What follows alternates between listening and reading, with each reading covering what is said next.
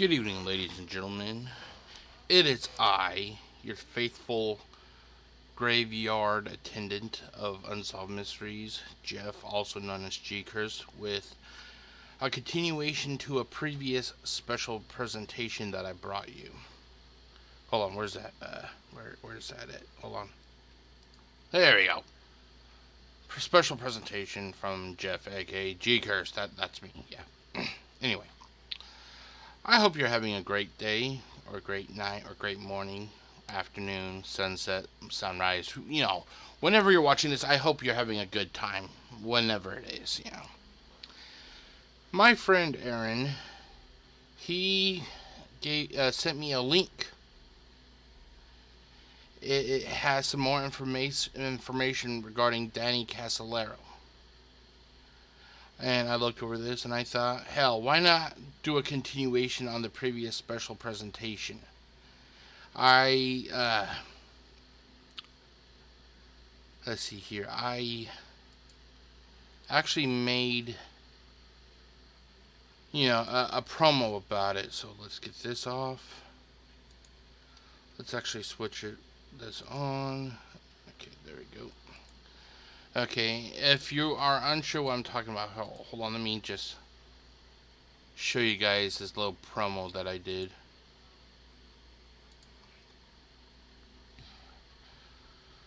But my day's been okay, not much to really say. Both me and my mom, we seem to be under the weather a little bit.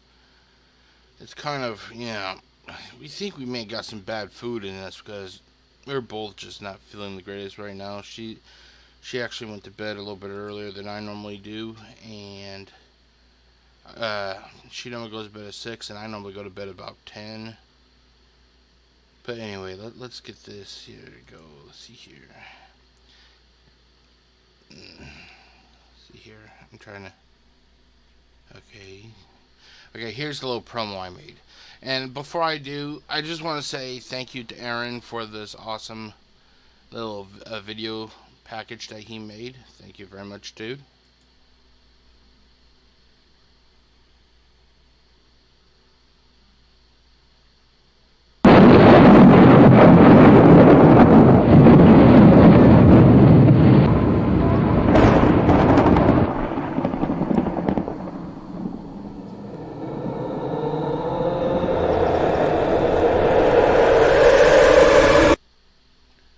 Okay, but basically, that was a special graphic. I just want to say thank you to everybody, or to Aaron for, the video that he sent me. But, yeah, let's get on to the meat of this video.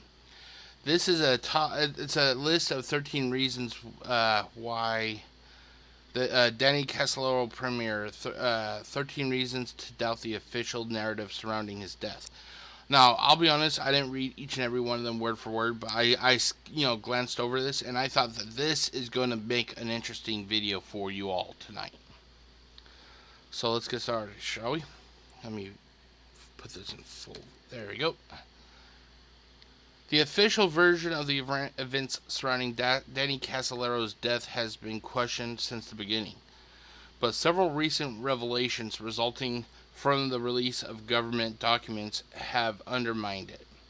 While there are still questions about Casolaro's death, there are over a dozen reasons to doubt the official conclusions. Now, I don't need 13 reasons. Just from what I heard on Unsolved Mysteries itself, I could tell that there was a fucking cover-up, Anyway, for more information on the Inslaw promised affair that Casolaro was researching before his death, more colorfully known as the octopus, start here. And I'll do that one later, but I'm just going to stick to the list for this video tonight. Reason number 1. The police tainted expert witness with leading video and withholding evidence. Now, before I continue on, apparently the information that Aaron gave me about this is that I think he said it was a lady. She basically used the Freedom of Information Act, and she got a shit ton of paperwork and everything about this, and that this is how she compiled this list. Let's see. Yeah, Emma Best. It looks like that she's the one that, that made this list and everything. Okay, let's see here. Here you have an image. It basically talks about. It looks like someone threw the towels on the floor and tried to wipe up the blood with their foot, she told us.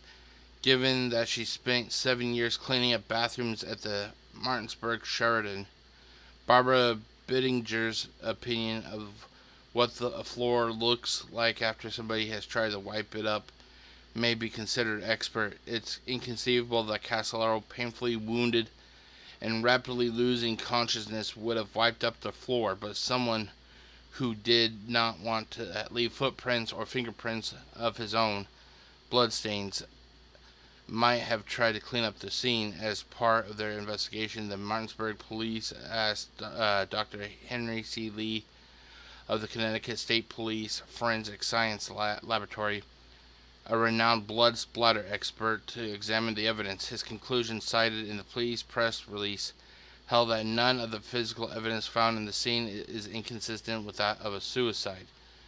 But when we talked to Dr. Lee, he told us he didn't recall seeing any smear marks or bloody towels in the photos supplied him. A reconstruction is only as good as information supplied by the police, he said. The Martinsburg police apparently didn't think the towels were worth treating as evidence. He spoke to Ernie Harrison, who worked for a professional cleaning company called Les Scrub that the hotel hired to clean room 517. After the police had finished their physical examination, there were bloodstained towels in the bathroom on the bathroom floor that I picked up, he told us. After Harrison finished cleaning the room, he tossed the towels away. Okay, and then basically it goes on to say the claims of suicide typically cite the findings of the expert witness, Dr. Henry Lee, who had concluded that the scene and the evidence was all consistent with suicide. This finding was based in part of a video reenactment of Casolaro's death. So it's a reenactment. It's not even the real actual video. It's a reenactment.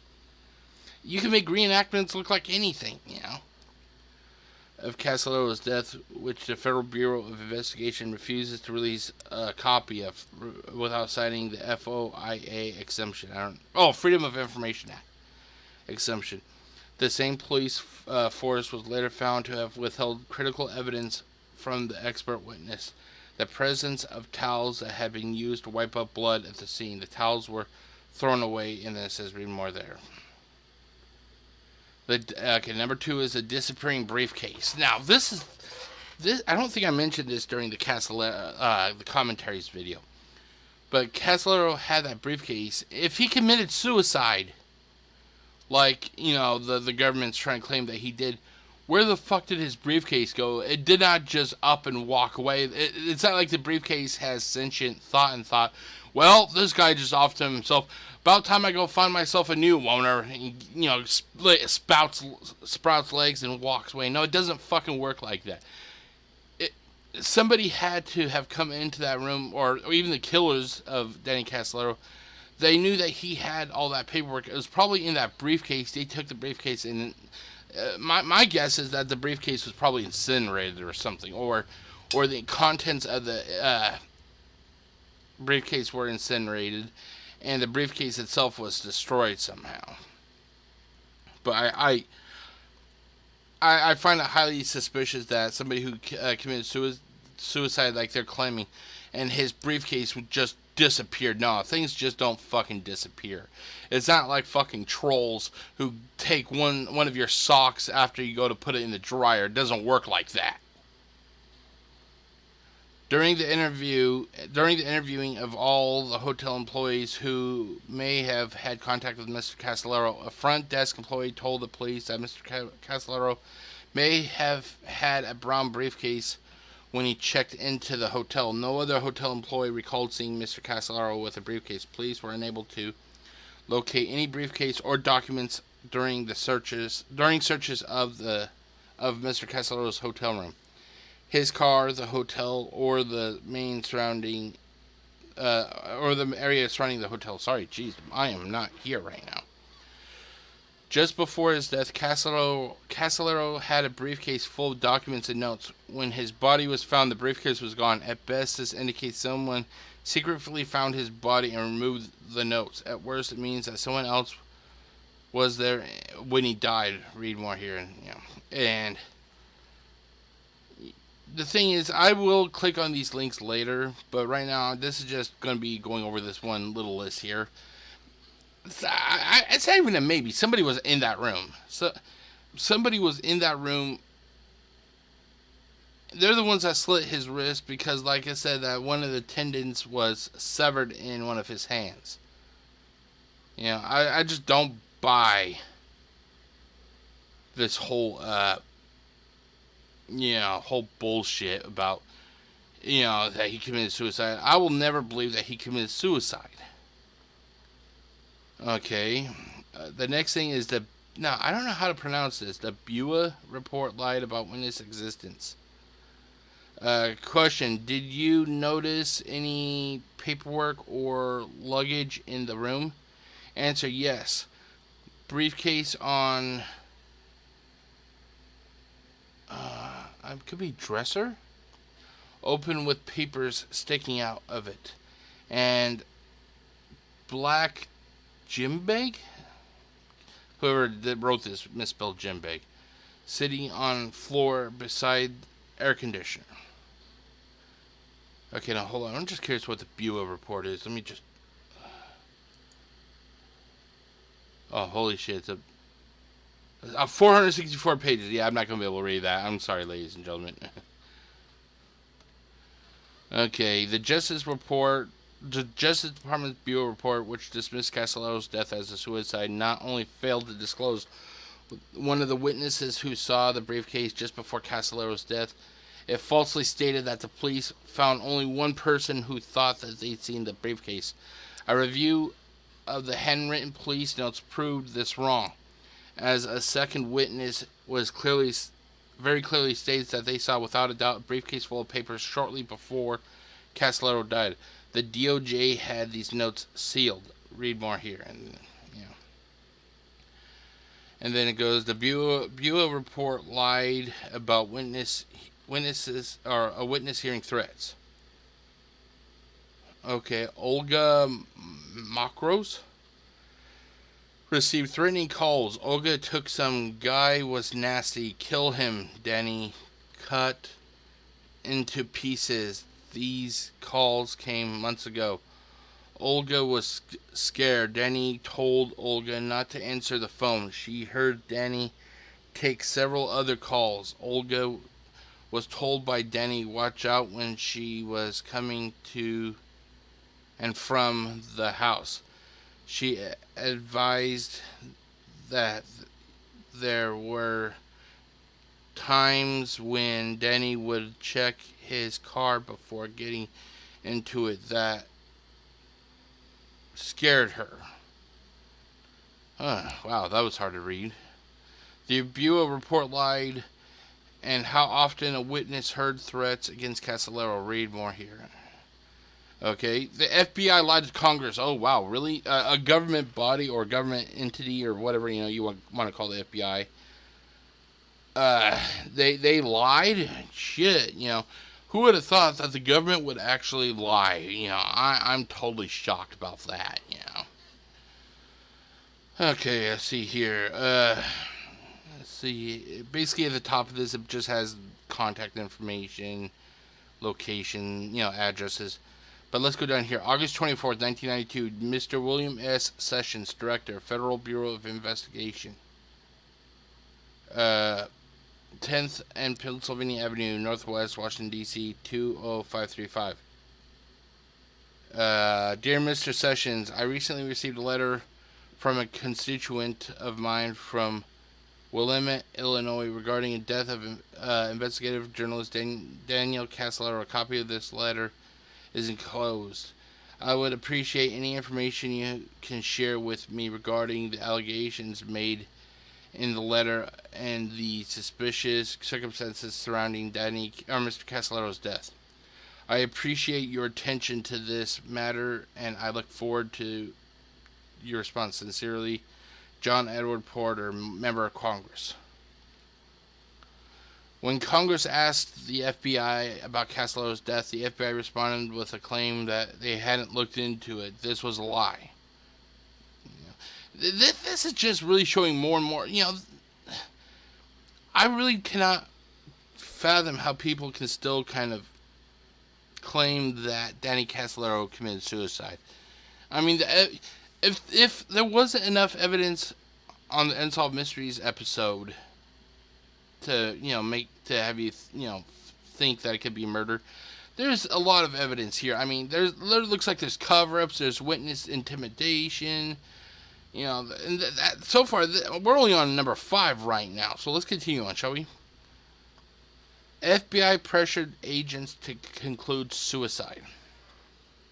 However, some questions remain in my mind about the Casolaro death and his allegations. Before the task force was broken up, I asked each of the agents for his or her subjective, off-the-record view of the case. At least half of them thought the matter should be further pursued and questioned. The conclusion of a suicide, I thought that the level of doubt was especially significant, because even at that time, December of 1992, it was clear that to express those views risked one's own judgment being called into question. More than half the FBI agents that did look into Casolaro's death questioned the conclusion of suicide and recommended further investigation, despite being aware that this was a threat to their careers. Now here's what really shocked me up here. Number 7.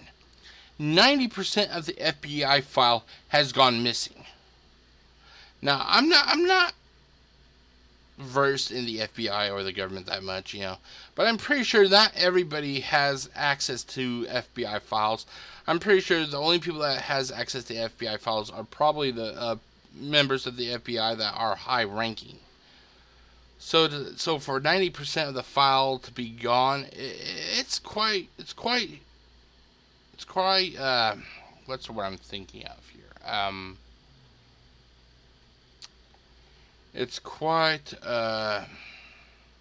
alarming. It's quite alarming, yeah. After carefully considering your appeal, I am affirming the FBI's action on your request by letter dated March 24th, 2017. The FBI released your 29 pages of responsive records in full or part. I have determined that the FBI's response was correct and that it conducted an adequate, reasonable search for responsive records subject to the Freedom of Information Act. Furthermore, please note that although the FBI identified certain records in its indices that might be responsive to your request, the FBI searched for but could not locate those records. Subsequent to your appeal, the FBI conducted an additional search in an attempt to find the missing records, but is still unable to locate them. I have determined that the FBI conducted an adequate, reasonable search for these records. Indeed, the FBI has not used any exemptions to withhold these records from you. Rather, it cannot locate the records that might be responsive to your request. The FBI and DOJ can't seem to agree about the status of the file on Casolaro, with the DOJ claiming that more than 90% of it has gone missing. Okay, number 8. Chief suspect threatened Casolaro. After Mr. Casolaro died, Mr. Kruller stopped dating Miss Knowles. She told us at one point, as their relationship was deteriorating, he made a veiled threat to her, stating that she was asking too many questions about Mr. Casolaro, that she had 2 children, and that she could not be doing them a favor if she were to wind up like Mr. Casolaro or another journalist who had been killed in Guatemala. Mr. Kruller, however you pronounce that, denied making those statements to her. According to his ex-girlfriend, the chief suspect in Casolaro's death, Joseph Guler, had previously threatened Casolaro. Read more here. And then the DOJ ignored chief suspect's contradictory alibi. Kruller advised that 3 to 4 weeks prior to Casolaro's death, he left for Panama and was advised of Casolaro's death through a phone call to Lynn Knowles. Kruller returned from Panama to attend Casolaro's funeral. Met members of Casolaro's family, but has not had any contact with them, either family members or Casolaro's associates since that time. The chief suspect gave the DOJ 2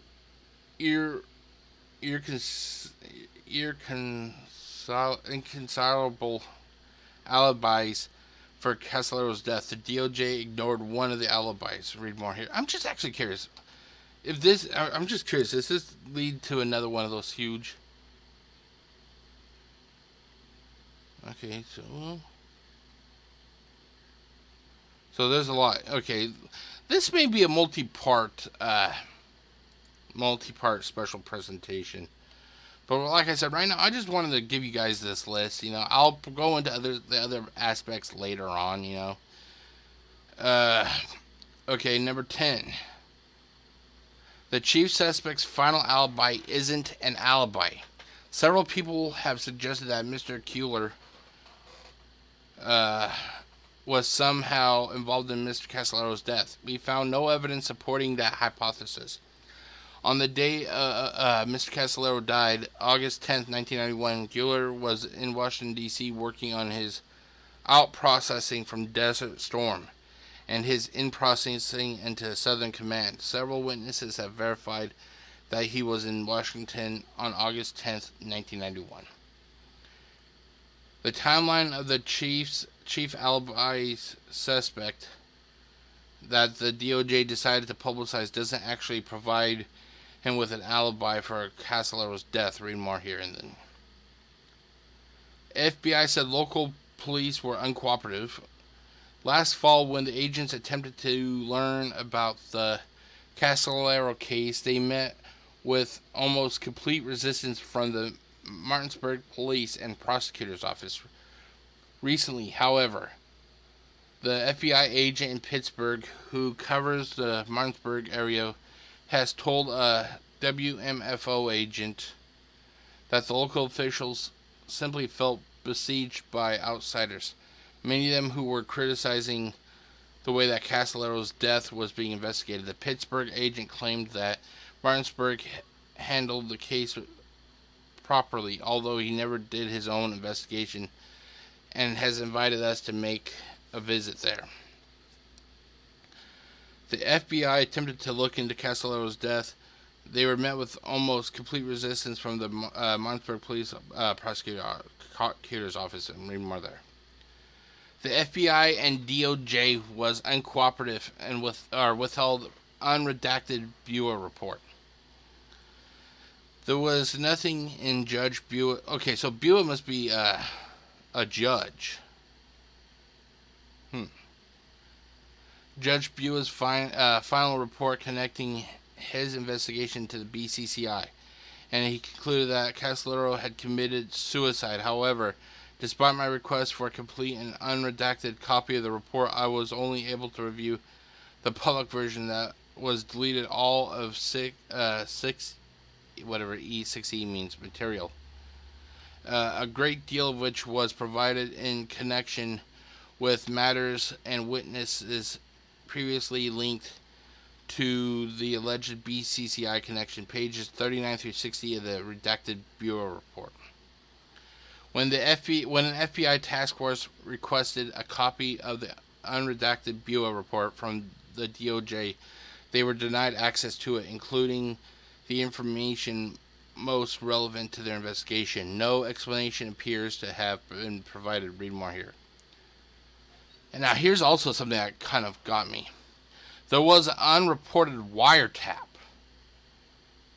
Dear Mr. Hamilton, I'm writing in further response to your Freedom of Information Act of July 2nd, 2013 for records in the custody of National Archives and Records Administration. Your request for boxes 2 and 3 of entry P345 RG60 records of AAG John C. Dwyer records relating to Inslaw was received in this office on July 2nd, 2013 and assigned Freedom of Information Act case number 40714. I have completed a line-by-line review of the documents and released information to the greatest extent possible between boxes 2 and 3. Approximately 1,256 pages are released in full. 208 pages have been redacted, and 180 pages have been withheld in full.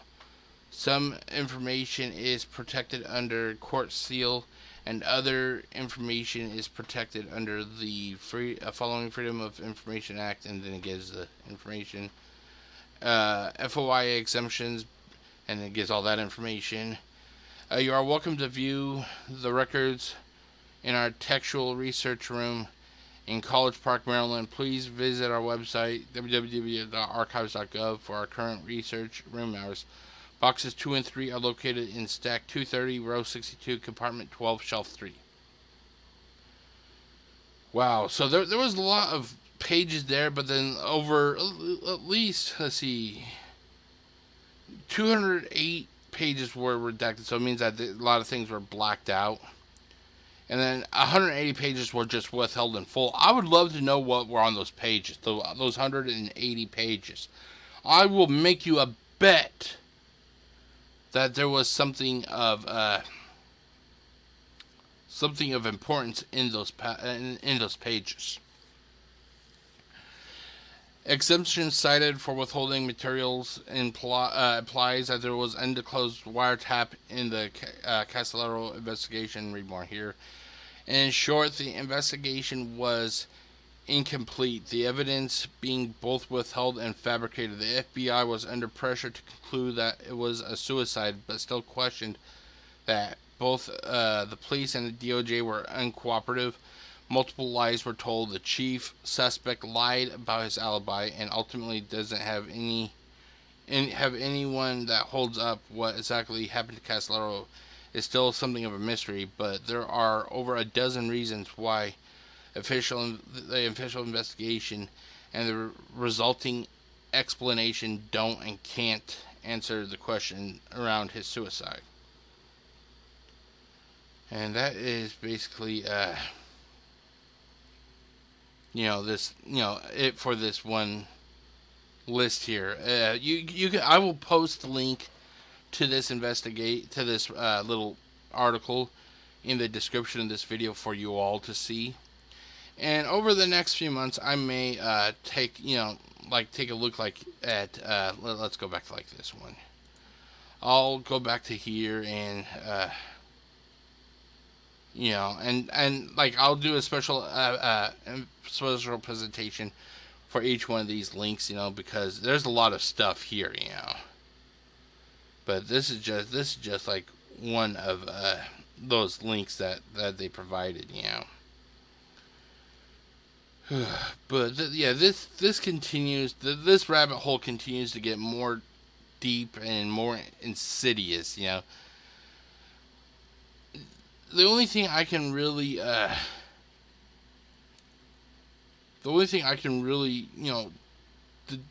gather from this is that Casolaro was murdered.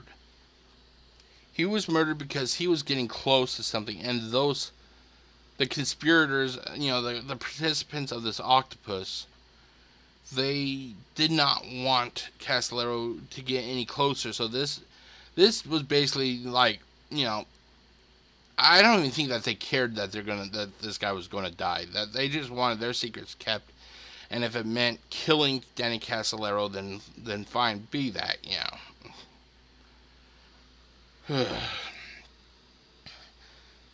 But I'll tell you something. If all of a sudden, I mean this a little bit as a joke, but also I'm being serious. Also, people, if all of a sudden, if I just stop transmitting, making these videos and stuff, you may want to think that something happened to me. Because me and Aaron, we were talking, and some of the people that, were involved in this cover up and everything are actually still in the government today, which means I'm pretty sure the octopus is still active,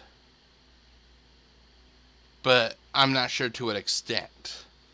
But the fact is, I'm bringing up the past. They probably want, by constantly bringing up Danny Casolaro, I'm pretty sure that they want the past to disappear, and the fact that I'm still bringing it up, I will not lie to you, good people out there. That's the one thing you can always guarantee from good old Jeff. I do not lie to you people. I make you a bet that sooner or later what I'm saying here may catch one of their ears, and if that happens and if I disappear, you gotta figure that good old Jeff, he was onto something possibly. But that marks the end of this continuation into the the demise of Danny Casolaro. What do you guys think upon hearing more of this information? I personally find it rather alarming that 90% of the FBI file is gone. Where is that 90%? Who has it? I'm pretty sure that the original copy was probably destroyed, but I'm pretty sure somebody made a copy of it, a backup or whatever. And I'm also it's alarming that there could have been a possible wiretap. That really scares the shit out of me. But leave your thoughts in the comment section. Tell me, what do you guys think? Since this has no actual video in it, I am going to be posting this on YouTube and on Facebook just to try to get the word out. Because as much as the truth needs to come out. The fact is, somebody was murdered because they were trying to expose corrupt officials in the Department of Justice. And justice will not be fulfilled if the truth is silenced, people. But until next time, my name is Jeff. Wishing you all a safe night. Be careful out there, ladies and gentlemen. Good evening.